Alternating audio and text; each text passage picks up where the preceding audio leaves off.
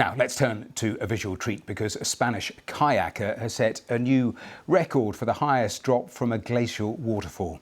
Aniol Serrasolses paddled through rapids and ice tunnels before going over the edge of a 20-metre waterfall in the Svalbard archipelago in Norway. Just have a look at this.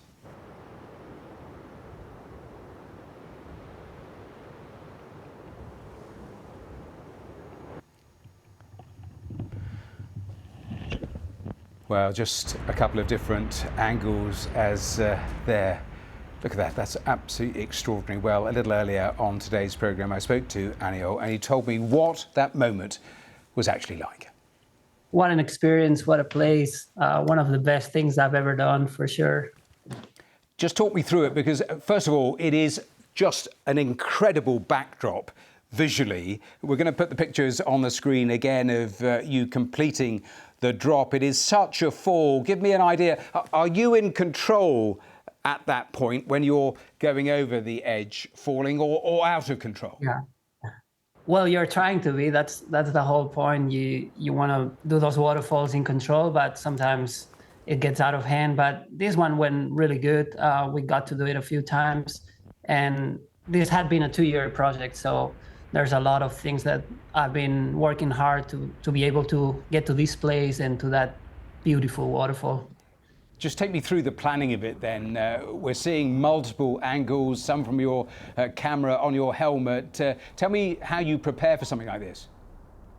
Well, first of all, you need to find those waterfalls, and there was a lot of research. We spent a few months in Greenland looking for them, and we could not find them. And eventually we decided to go to Svalbard during the peak of the snow melt.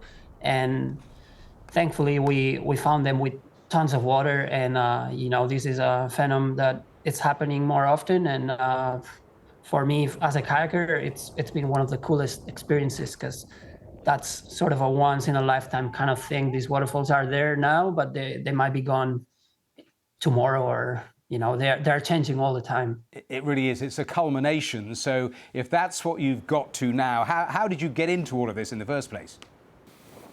Oh, I've been kayaking for over 20 years, and it's all thanks to my brother that got me into the sport. And I never thought I would be making a living out of it, but it's turned my whole life upside down. And throughout life, I've just been searching for the best rivers all over the world. And yeah, it's been a good life. And I know you're based in Chile, you have a guide company as well, but as well as what we were showing in Norway, you've been snow kayaking as well, and that effectively is down a snowy volcano, then through a dense forest, and then you finish in a lake, but you're going at incredible speeds, aren't you? Yeah, things got a little bit out of control there. You gotta understand, with a kayak, it's not as controllable as a ski, so it got a little bit out of hands. But just wanted to combine the three elements of snow and forest and water in the river, and I love that project. That was really fun. We're showing the pictures of it, and you have a tumble at the end, but I mean, in terms of the dangers, just take me through. I mean, there are obvious risks, but what are the principal dangers? What are you navigating here? Well, kayaking in general, you can make it as hard or complicated as you want. I tend to put myself into situations that are not very nice sometimes, especially when you are running waterfalls in the ice.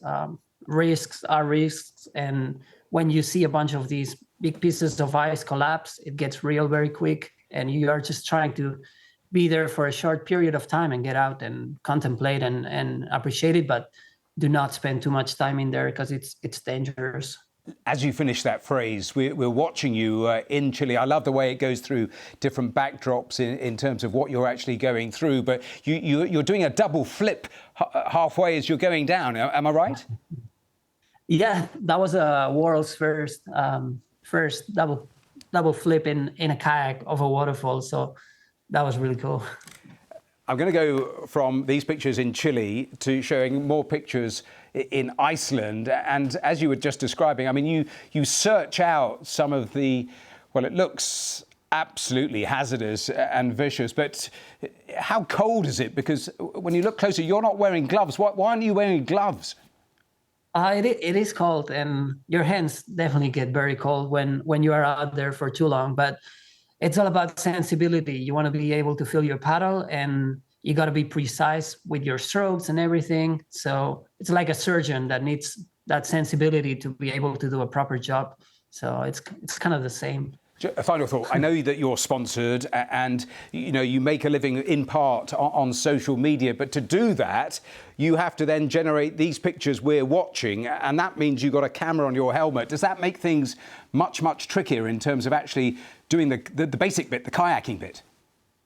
Yeah, it definitely adds up a lot of work being the one that is doing the sport, but also filming. But it's such a small sport that you need to be a person that does more than one thing. You can't just be an athlete. You need to be good at cameras, you need to be good at safety, and you need to be able to guide people, and you need to be good at many jobs, and that's how you make a living out of it.